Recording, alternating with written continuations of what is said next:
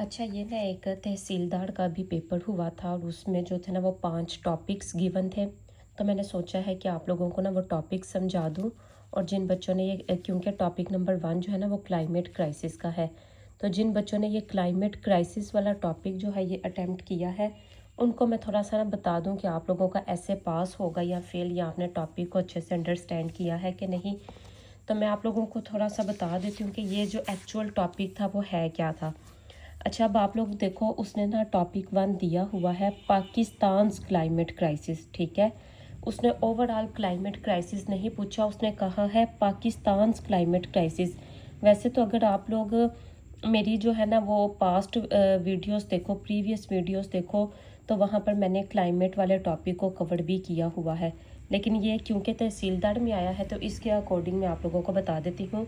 Topic था Pakistan climate crisis challenges and sustainable solutions, ठीक है। उसने आप लोगों से सस्टेनेबल सॉल्यूशंस पूछे हैं। आप लोगों को पता है 3 टर्म्स होती हैं। एक इकोनॉमी के लिहाज से भी पूछी जाती हैं और वैसे भी।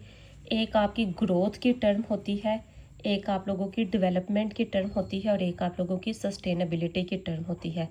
ग्रोथ कहते हैं कि किसी एक चीज़ का जो है ना वो बढ़ जाना, उसमें वो इंक्लूसिव नहीं होती, वो एक्सक्लूसिवली किसी एक चीज़ का बढ़ जाना। डेवलपमेंट कहते हैं कि जब पूरे तमाम लोग जो है ना वो एक तरीके से डेवलपमेंट की तरफ जाते हैं, जिसमें तरक्की जो है ना वो तमाम लोगों को इंक्लूसिव वे में लेकर जो है ना वो हो रही होती है। सस्टेनेबल कहते हैं कि जो कि लॉन्ग टर्म सॉल्यूशंस होते हैं, जिनकी सस्टेनेबिलिटी ज़्यादा होती है, जो सस्टेन कर सकें। तब यहाँ से उसने पूछा है सस्टेनेबल सॉल्यूशंस देने हैं, आपने हवा में सॉल्यूशंस नहीं दे देने। मैं तो वैसे भी आम कोई ऐसे का पेपर हो तो उसमें भी हवा में सॉल्यूशंस नहीं करवाती, ठीक है। उसमें भी हम जो है ना वो सॉल्यूशंस स्ट्रेटजीज देते हैं जो कि सस्टेनेबल सॉल्यूशंस हों। तो अब ये देखो, उसने एग्जामिनर ने खुद भी यहाँ पर डिमांड जो है ना वो सस्टेनेबल सॉल्यूशंस की कर ली है। खैर, मैंने ना सोशल मीडिया के ऊपर एक टॉपिक देखा, उस बच्चे ने ना ये क्लाइमेट क्राइसिस को आंसर किया हुआ था और उसको किसी ने कमेंट सेक्शन में कहा, ऐसे ही किसी ने कमेंट किया हुआ था कि आपके तो बड़े अच्छे नंबर आ जाएंगे और आपने तो टॉपिक को बड़े अच्छे तरीके से अटैम्प्ट किया है। आप लोग किसी भी बड़े से बड़े प्लेटफॉर्म के ऊपर जहाँ पर इंडिविजुअल मेंटोरशिप नहीं होती, वैसे ही ओवरऑल एकेडमीज वगैरह कवर करवाती हैं। आप लोग मेरे लेक्चर के बाद उनका भी लेक्चर देख लेना, वो भी आपको इतनी डिटेल से ये टॉपिक नहीं समझाएंगे। मैं इसीलिए कहती हूँ कि आप लोग जो है ना वो कम से कम इंग्लिश, एसए एंड प्रेसी, ये 2 सब्जेक्ट्स इंडिविजुअल मेंटोरशिप में लिया करें। और अगर आपने ये मुझसे जो है ना वो फरवरी तक पढ़ लिए तो होगा क्या कि आप लोगों का ये वाले ऐसे जो है ना ये फेल नहीं होंगे। अभी मैं आपको ये समझाती हूँ, आपको पता चल जाएगा लोग इसको ओवरऑल जो है ना कैसे अटेम्प्ट करते हैं। इसमें वो जो है ना वो वेदर की बात कर देते हैं, ग्रीन हाउस गैसेस की बात कर देते हैं, ठीक है। ग्लेशियर मेल्ट वाला एक बच्चों को पॉइंट बड़ा पसंद होता है, वो लिख देते हैं। ऐसे ही कुछ रैंडम पॉइंट्स लिख देते हैं, CO2 की बात कर देते हैं। तो चलो जी, क्लाइमेट क्राइसिस हो गया। वो देखते ही नहीं टॉपिक क्या पूछा गया है। इवन लोगों को तो मैंने एक वीडियो भी अपलोड की थी किसी बहुत बड़े इंडिविजुअल प्लेटफॉर्म की थी, जिनमें उनको ये भी नहीं था पता कि क्लाइमेट चेंज इन पाकिस्तान और climate change and Pakistan, in 2 terms का डिफरेंस भी नहीं था आता। तो उन्होंने जो था ना वो ऐसे को मार्क कर दिया हुआ था।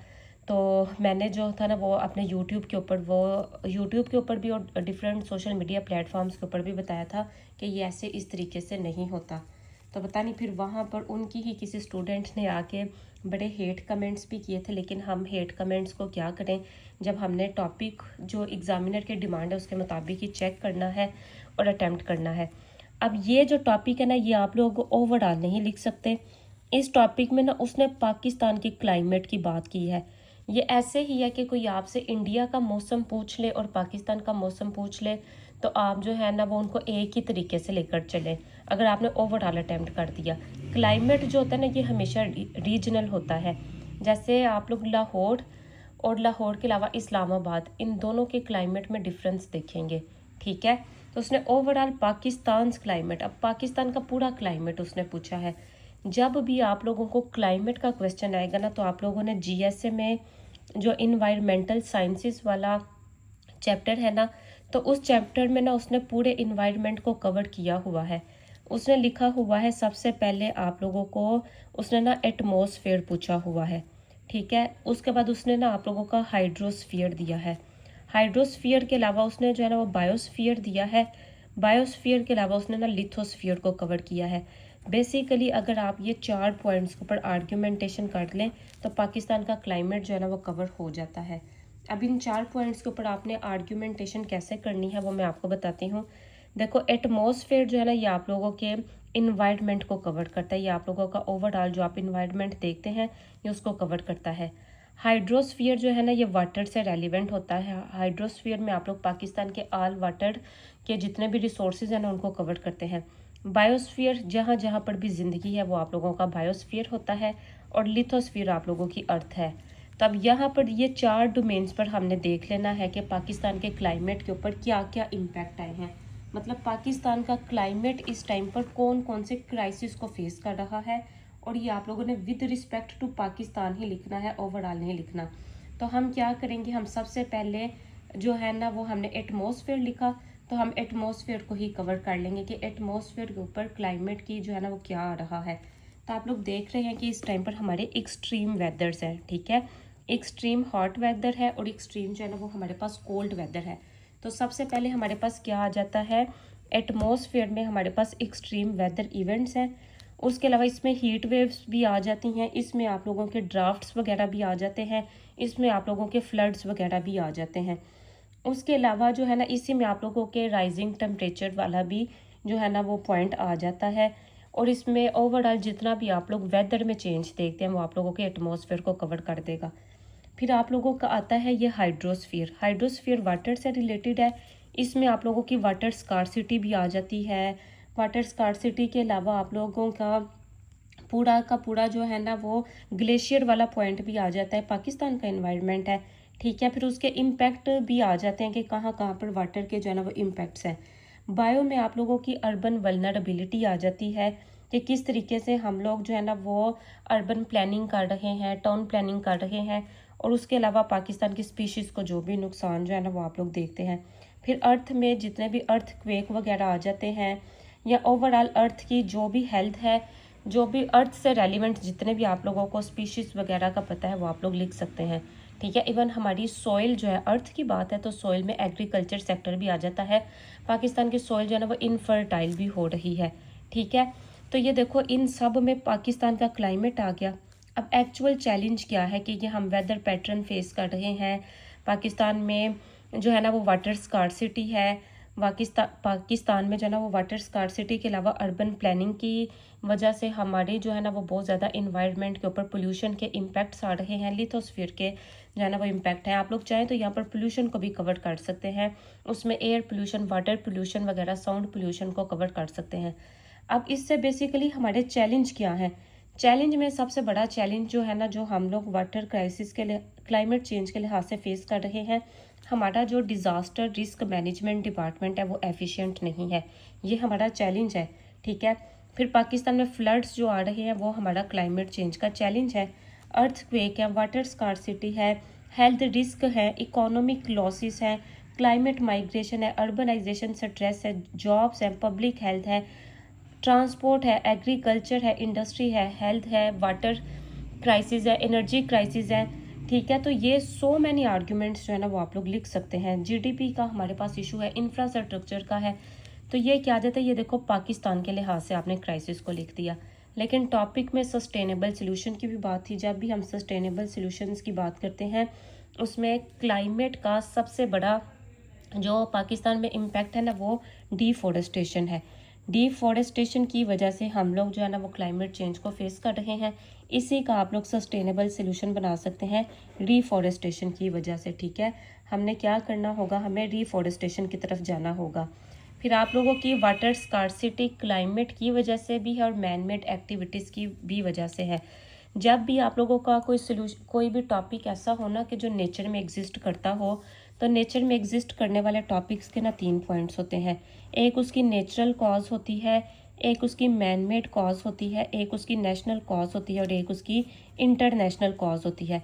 इन 4 के लिहाज से भी अगर आप लोग ब्रेनस्टॉर्मिंग कर लो तब भी टॉपिक जो है ना वो कवर हो जाता है। लेकिन यहाँ पर मैं आप लोगों को बता दूँ कि क्योंकि वाटर स्कार्सिटी में हमारी अपने भी डोमेस्टिक इश्यूज़ भी हैं और मैन मेड इश्यूज़ भी हैं, तो हमने क्या करना होगा, हमें सस्टेनेबल वाटर मैनेजमेंट की ज़रूरत है। वाटर मैनेजमेंट होगी तो हम क्लाइमेट वाला जो सोल्यूशन है ना वो सस्टेनेबिलिटी की तरफ जा सकता है। उसके अलावा हमने जो है ना, जो हमारा एग्रीकल्चर सेक्टर है, एग्रीकल्चर हमने यहाँ पर पढ़ा था ना, कॉजेस में भी पढ़ा था, इम्पैक्ट में भी पढ़ा था, और यहाँ पर जो है ना ये सोल्यूशन में भी सस्टेनेबिलिटी चाहिए। हमें जो है ना वो एग्रीकल्चर सेक्टर में क्या करना होगा, वहाँ पर हमें जो है ना वो एग्रीकल्चर को रिवैम्प करना होगा। रिवैम्प के अलावा भी ऐसी स्ट्रेटजीज़ की ज़रूरत है, जैसे इंटीग्रेटेड एग्रीकल्चर हो जाए तो हम वाटर स्कार्सिटी से, वाटर लॉसेस से जो है ना वो बच सकते हैं। ठीक है, उसके अलावा हम जो है ना वो पाइपिंग का सिस्टम इंट्रोड्यूस करवा दें तो वहाँ पर हमारा बहुत सा नुकसान जो है ना वो बच सकता है। फिर उसके अलावा हमें जो है ना पाकिस्तान में इन्वायरमेंट में एक वजह जो है ना वो थर्मल एनर्जी भी है। थर्मल एनर्जी, जैसे हमने पोल्यूशन की बात की थी, तो पाकिस्तान के इन्वायरमेंट को पोल्यूट भी कर रही है। तो हम यहाँ पर रीन्यूएबल एनर्जी दे सकते हैं, क्योंकि रीन्यूएबल एनर्जी जो होती है ना वो ग्रीन एनर्जी ही होती है। सोलर एनर्जी, विंड एनर्जी वगैरह को आप लोग लिख सकते हैं। फिर अभी हमने अर्बनाइजेशन की बात की थी, तो यहाँ पर हम जो है ना वो अर्बन प्लानिंग की बात कर सकते हैं कि पाकिस्तान को अपनी अर्बन प्लानिंग करनी होगी। और इसी तरीके से ये आपको टॉपिक जो है ना वो समझ आ गया होगा। तो ये इस तरीके से टॉपिक अटेम्प्ट करना था।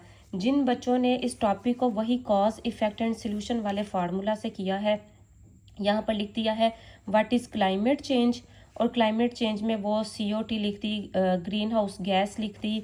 उसके अलावा एक ग्लेशियर मेल्टिंग वाला पॉइंट लिख दिया। Challenge with respect to Pakistan discuss नहीं किया, फिर उसके इम्पैक्ट लिख दिए, और फिर सोल्यूशन, रैंडम सोल्यूशंस लिख दिए। तो उनके नंबर जो है ना वो कम आएंगे, बल्कि हो सकता है मेरे जैसा एग्जामिनर होगा तो वो फेल भी कर देगा। अगर आप लोग इस लेवल की और इस तरीके की जो है ना वो ऐसे राइटिंग सीखना चाहते हैं, आपने LDA के लिए अप्लाई किया है, आपने जो है ना वो म्यूनसिपल ऑफिसर के लिए अप्लाई किया है, आप लोगों ने असिस्टेंट रजिस्ट्रार के लिए किया है, ये वाली पोस्ट को जो है ना ये छोड़ना ना, इसके ऊपर बड़ी मेहनत करना, या इनके लिए अप्लाई किया तो इनके लिए मैंने फ़ीस जो है ना वो बड़ी रीज़नेबल कर दी है। और अगर आप लोगों ने CSS एंड PMS के लिए ऐसे राइटिंग सीखनी है और प्रेसी वाला पेपर कवर करना है, मैं आप लोगों को बता दूं कि मेरा 7 ईयर्स का एक्सपीरियंस है। तो आप लोग तब भी इन सब के लिए जो है ना वो मेरा सेशन ज्वाइन कर सकते हैं। इस नंबर के ऊपर, ये जो मैंने नंबर लिखा है ना, सिर्फ व्हाट्सएप के ऊपर मैसेज करना है, कोई फ़ोन कॉल नहीं करनी, और ना ही टेक्स्ट मैसेज जो है ना वो आपने करना है। आपने जस्ट व्हाट्सएप का टेक्स्ट मैसेज करना है। अल्लाह हाफिज़।